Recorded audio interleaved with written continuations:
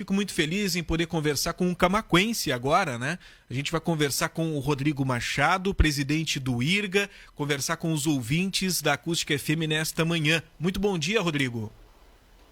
Bom dia, Gil. Bom dia aos ouvintes da Acústica, né, aos nossos internautas. Prazer estar conversando com a terra, né, conversando com o Camaquã e prestando as informações aí que são importantes, né, do que a gente está realizando à frente da instituição. Pois é, vamos falar um pouco sobre essas ações deste início de ano, 2022, começando aí o IRGA com um camaquense, né, presidindo essa instituição que é tão importante para todo o Rio Grande do Sul. Fala um pouquinho para a gente sobre essas ações de início de ano. Bom, Gil, eu cheguei aqui dia 21 de setembro, né, e com a missão, né, assim como toda a nossa diretoria, de encontrar as soluções que o IRGA tanto precisa, né? A gente não precisa estar debatendo aqui todos os problemas, né, que a instituição vem atravessando ao longo dos últimos anos, foram amplamente debatidos, né, e eles são de conhecimento de todos, mas a gente costuma aqui não falar de problema, né? Está no meio de um processo de reestruturação, onde tem contado, né, com todo o apoio, né, todo o corpo de governo, né, e quando eu falo isso, falo da Secretaria da Agricultura, né, a secretária Silvana tem sido uma grande parceira, nos dando todo o respaldo e toda a liberdade para trabalhar. A Secretaria de Planejamento, Governança e Gestão, né, através do secretário Cláudio Gastal, também tem sido incansáveis, né, no auxílio à instituição, assim como os nossos conselheiros, né, os nossos servidores, todas as entidades representativas do setor têm demonstrado esse apoio, né, têm nos ajudado bastante, e principalmente o governador, né? Hoje a gente tem um grupo de trabalho, né, tratando dessa reestruturação, e o IRGA está no centro das atenções do governo. Então, isso tudo nos ajuda, né, a encontrar essas soluções, trabalhar bastante, né, para melhorar a governança do IRGA, né? O grande problema do IRGA é a governança, né? São os processos administrativos.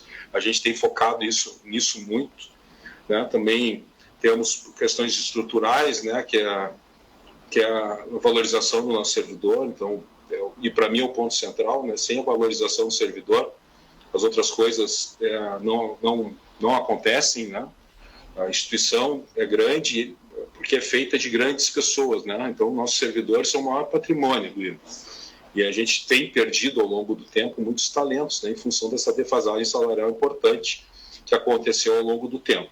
Então, a gente resolvendo isso, né, e essas outras questões de governança, né, dos nossos processos administrativos, dos nossos fluxos, então, isso coloca o IRGA noutra situação.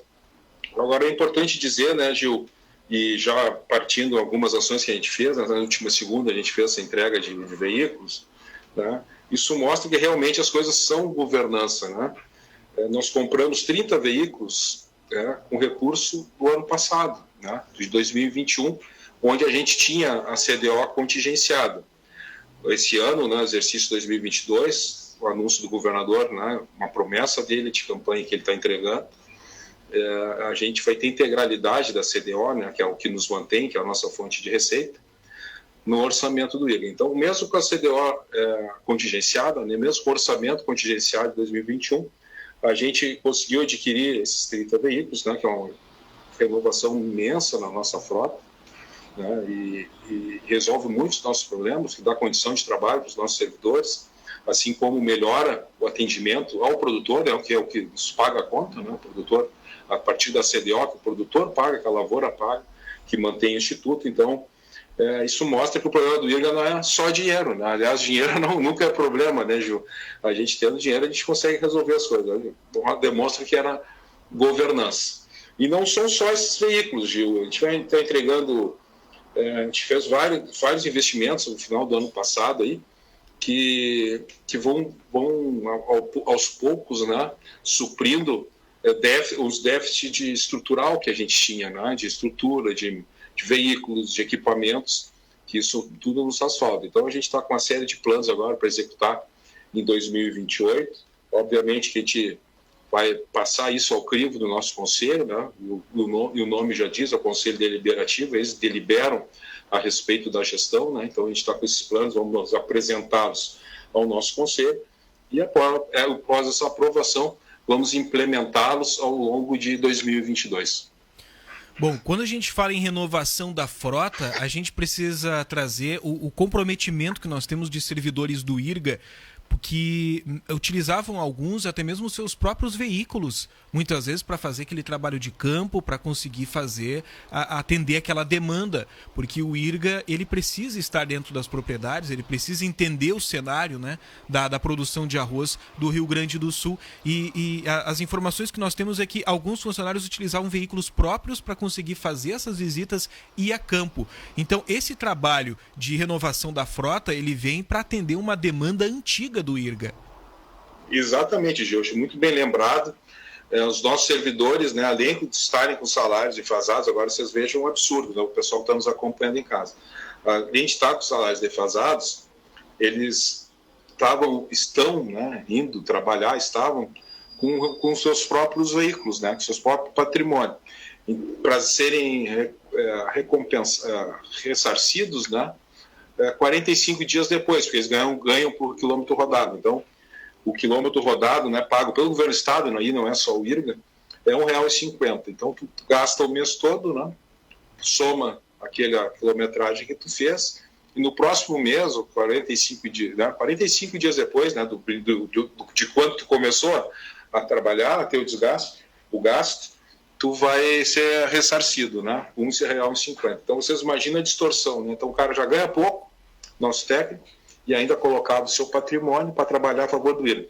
Então, isso aí, né, é uma condição de trabalho precária, né, que os nossos técnicos vão enfrentando, e o IRGA desaparece do interior, né, porque na medida que o técnico tem com o seu carro, as pessoas, o IRGA não está identificado, né, não está o logotipo do carro, parece que o produtor, né, que paga a nossa conta, né, cada saco de arroz o ano passado eram 70 centavos. Né? Então, cada saco de arroz vendido, a CDO significava 70 centavos. Né? Esse ano são 77. Então, o produtor é que paga isso. Né? O produtor, cada saco que ele vende, ele paga 70 centavos. Isso vem, que é a taxa CDO que nos mantém. Então, o pessoal tem essa clareza em casa. Então, imagina o produtor que paga isso, né? Não vê nem o veículo do IRGA, né, transitando. E o nosso técnico sofrendo, né, com o salário defasado e ainda botando o seu veículo para trabalhar para o Instituto, sendo ressarcido 45 dias depois, com R$ 1,50 por quilômetro rodado. Então, a gente, com isso, né, tu começa a corrigir essa distorção, né, tu começa a dar condição de trabalho para o teu funcionário, para os nossos servidores, né, e também tu demonstra para o produtor que começa a valer a pena pagar, né, isso não é pouco, né, o que se paga, que o produtor paga para manter o IRGA, né? Então, a CDO tem um significado importante aí no valor, né, da lavoura, né, do que o produtor produz, né? Então, são 70 centavos, isso hoje dá mais de 1% de toda a receita, né, da lavoura. E não é do lucro, né, que o produtor ofere no fim da sua atividade, é da receita toda. Então, ela pesa, né? Então a gente precisa devolver isso para a produtora, para quem nos paga a conta. Então, a gente consegue dar melhor condição de trabalho, consegue melhorar nosso atendimento, consegue dar satisfação para quem está pagando a nossa conta, e também, com isso, a gente corrige uma distorção histórica que vinha acontecendo, e eu gosto muito de ressaltar, Gil, que são atitudes administrativas, né? Muito se lutou pela CDO integral no orçamento do Instituto, que a gente vai ter contemplado agora nesse exercício de 2022, mas com o mesmo orçamento contingenciado de 2020, 19, 18, 17, 16, enfim, se conseguiu fazer essa aquisição. Então, prova que o problema do IRGA, né, reitero, não é só dinheiro, é governança, né? Até porque nós chegamos nessa situação que o IRGA se encontra hoje, né, quase entrar em colapso, e a gente está começando a virar essa chave, né, mudar essa lógica, por falta de governança. Então, hoje, as coisas a gente tem que ser muito proativo, tem que trabalhar muito, tem que estar muito atento e ter muita parceria, né? E quando eu falo parceria, tu tem a interlocução junto ao governo, tu demonstrar por que isso está te fazendo falta, por que é importante, né, essas aquisições, né, melhorar nossa frota, melhorar a nossa estrutura lá na estação, os nossos NATs no interior. Então, isso aí a gente precisa demonstrar, a gente precisa se articular, precisa ter apoio dentro do governo. Então, de certa forma, é isso que essa diretoria executiva, a partir de setembro, tem feito. Né? Nós estamos muito preocupados, estamos sendo muito proativos e também estamos tendo muita reciprocidade por parte do governo para encaminhar e encontrar soluções que o Instituto tanto precisa. Bom, além desse trabalho árduo aí de reestruturação do IRGA, vocês também estão tendo que enfrentar a estiagem que assola as lavouras de arroz. E agora há pouco eu conversava com o deputado Jerônimo Guerguin, ao vivo aqui com os nossos ouvintes, e eu estava trazendo para ele os dados que a Farsul divulgou recentemente sobre as perdas na lavoura de arroz, né? Até agora, a média ponderada das perdas está em 14,7% por causa da estiagem. Como é que está o trabalho do IRGA junto aos produtores gaúchos em um momento tão complicado como é esse momento de seca? Olha, Gil, a gente ainda no final de 2021, em dezembro, né, acompanhando, né, e sabendo que essa situação da estiagem, a tendência era se agravar, a gente formou um comitê de monitoramento da estiagem. A partir da primeira semana já emitimos o primeiro boletim, né? Já estamos, salvo o melhor juízo, agora chegamos para o 5º boletim essa semana.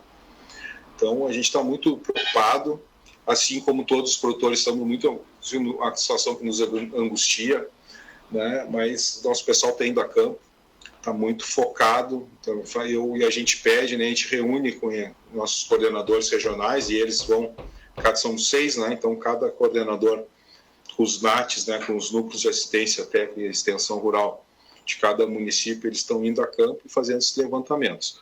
Nós temos uma responsabilidade institucional, né?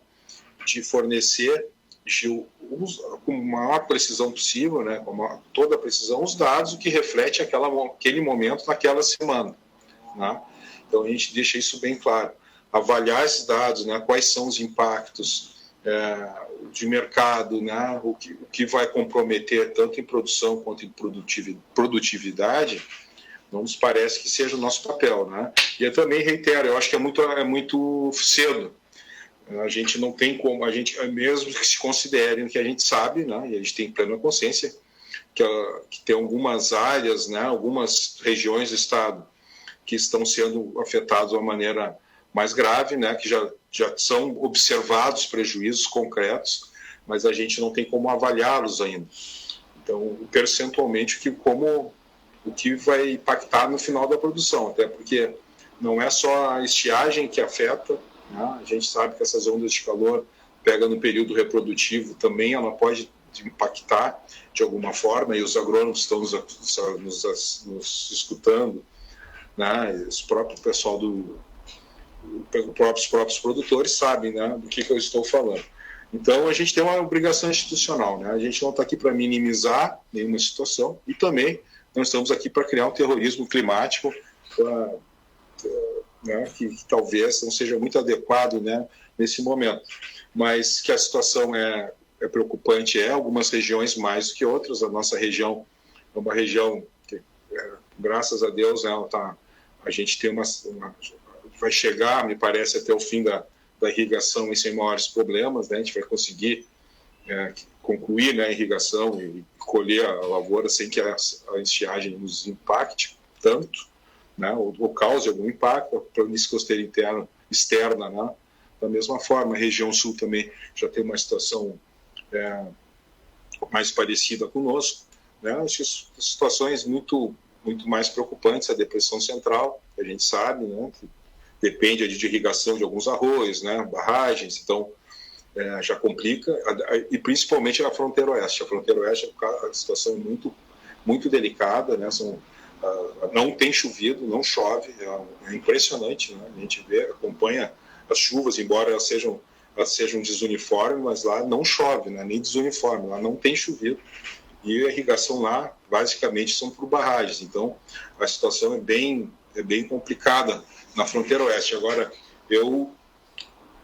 aqui no IRGA, a gente procura, né, ser muito ponderado, ter muita parcimônia, no momento de dimensionar, né, o quão grande vai ser esse prejuízo, né, e quanto vai impactar no mercado. Enfim, acho que a gente tem que ter uma responsabilidade institucional e ter muita calma, né, no emitir algum parecer, até porque nós somos um órgão de Estado, né, tem uma credibilidade de 82 anos, então a gente tem que ter compromisso com essa história, né, com essa credibilidade, e ter a responsabilidade de ao emitir algum parecer, isso ter embasamento, né, não em axiologismo, mas principalmente baseado nos dados que os nossos técnicos estão levantando a campo.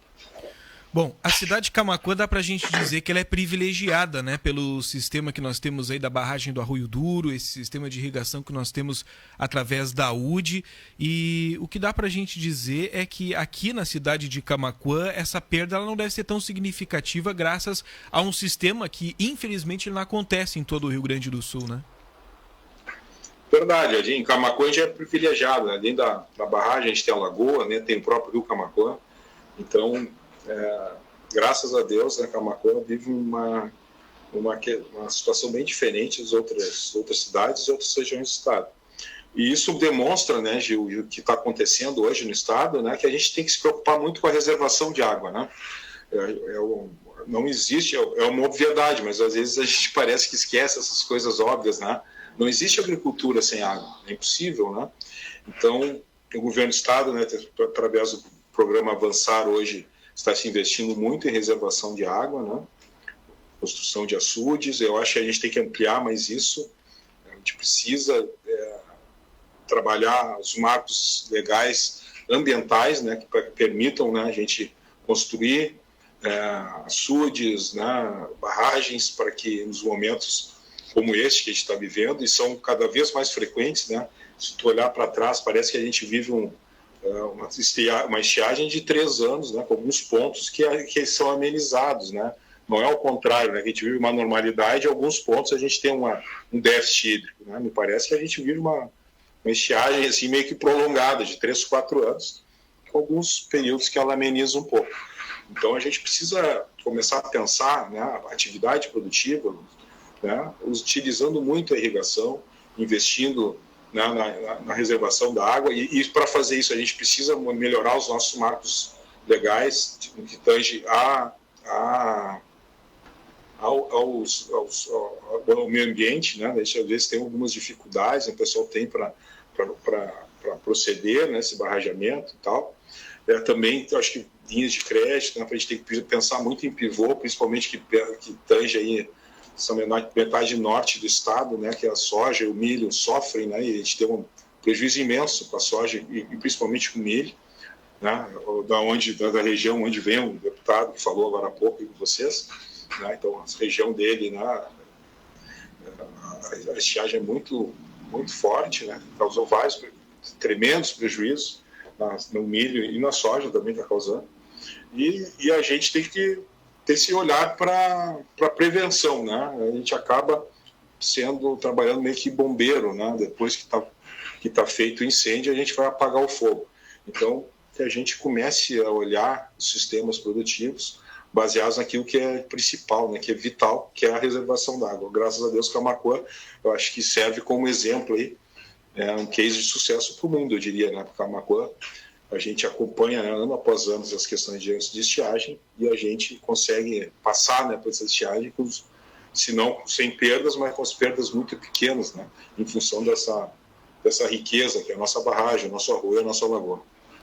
Bom, para a gente terminar essa nossa conversa nessa manhã, a gente não pode esquecer que uma das finalidades do IRGA é promover o desenvolvimento sustentável do setor orizícola, né, aqui do Rio Grande do Sul, por meio da geração e também da difusão de conhecimentos, de informações e de tecnologias, e também propor políticas de interesse setorial e do consumidor. Com relação à difusão de conhecimentos, né, os trabalhos de pesquisa que são realizados pelo IRGA são reconhecidos no Brasil inteiro. É um trabalho muito importante que é realizado também para os produtores. Como é que está essa questão de tecnologia, essa questão da difusão dos conhecimentos para o setor orizícola aqui do Rio Grande do Sul? É importante a tua pergunta, Gil. O IRGA hoje, né, a lavoura de arroz é o que é hoje, Isso aí está umbilicalmente ligado ao IRGA, né? A gente saiu de uma produção média, né, de 3 mil quilos por hectare, pouco mais de 20 anos, para 9 mil quilos, que foi na última safra. Isso tem tudo a ver com o IRGA, né? Através das cultivares que desenvolve, através dos sistemas, né? Através do manejo. A gente tem 6 estações experimentais, né? A de Cachoeirinha mais 5, em todas as regiões do estado, né? Com exceção da campanha. Então, a gente tem na Zona Sul, temos em Camaquã, na Depressão Central, na Fronteira Oeste e na Planície Costeira Interna. Então, tudo que é produzido em Cachoeirinha pelos nossos pesquisadores é levado à prova nas nossas estações. E tem muita coisa boa sendo pesquisada, né? A nossa pesquisa, né? Tá muito interligada com a nossa extensão, né? Tem uma parceria muito grande, tem um entrosamento muito grande entre quem está na ponta, né, e quem está aqui produzindo conhecimento. Então, isso está tudo muito interligado. O IRGA sabe, né, os projetos de pesquisa, tem uma comissão de pesquisa e extensão formado pelos nossos servidores, né, que está muito atuante, né, que é o cérebro por trás disso tudo. Né, o IRGA sabe aonde quer chegar daqui a muitos anos com a pesquisa e com a extensão. Acho que agora na abertura da colheita, né, aquelas vitrines todas tecnológicas estão sendo tocadas pelo nosso pessoal, tem muita coisa boa lá para o pessoal ver. Então, já deixo aqui o convite, né, na abertura da colheita do arroz, 16 a 18 de fevereiro, lá na Embrapa, Estação Terras Baixas, no Capão do Leão, que há de mais moderno, né, em pesquisa, extensão, né, manejo, enfim, tudo que envolve a lavoura de arroz estarão expostos lá. Então o produtor tem, fora se reencontrar, né, que eu acho que o pessoal está com muita saudade em função de tudo que a gente tem atravessado nos últimos anos da pandemia, né, mas tem muito conhecimento a ser entregue lá pelo nosso pessoal que vai estar fazendo, né, os roteiros nas vitrines tecnológicas. E o IRGA é isso, né? O IRGA não parou, nunca parou, né? Embora nos últimos anos, né, tenha se falado muito de problema, o IRGA nunca foi um problema para o Estado, bem pelo contrário, né? O IRGA já entregou muito à sociedade gaúcha, né? A sociedade gaúcha, eu acho que às vezes não enxerga da maneira correta, né, o patrimônio que o IRGA é, e esse instituto vai continuar entregando, né? Estamos deixando ele organizado, até o final do ano vamos deixar ele muito bem organizado, para ele seguir sendo, né, o que sempre foi, e entregando para a sociedade gaúcha tudo que ele já entregou. O IRGA, nós precisamos devolver a percepção de protagonismo, né? O IRGA nunca deixou de ser protagonista, né? Sempre fomos protagonistas. O que precisa é se devolver a percepção de protagonismo e o tanto que ele já entregou e vai continuar entregando, eu tenho certeza, à sociedade gaúcha. Então fica o convite, né, 16 a 18 na abertura da colheita do arroz, né, promoção da nossa Federa Arroz, grandes parceiros nossos aqui do IRGA, da Embrapa e, obviamente, do IRGA. Né? O pessoal pode ir lá, todos os protocolos sanitários serão observados, né? O pessoal vai poder transitar lá com muita segurança e ter muito conhecimento, né? Tem muita coisa boa acontecendo e é importante o pessoal dar uma visitada lá que vai ser bem produtivo. Muito bem, estivemos conversando com o Rodrigo Machado, então, presidente do IRGA, falando aí sobre essa reestruturação desse importante instituto aqui no Rio Grande do Sul. Obrigado aí pela participação, um ótimo restante, né, de semana para você. Parece segunda hoje, né, Gil? Eu estava vendo o comentário, a gente tem uma segunda-feira na nossa quinta, né? Mais ou menos isso. Um grande abraço para todos aí, foi um prazer voltar a falar com a acústica, né, com os nossos, com Camaquã e com a região, e a gente segue sempre à disposição. Já convidei a Camila para vir tomar um café, ela estiver em Porto Alegre, por favor, Gil. Será muito bem-vindo. Grande abraço, bom resto de semana a todos.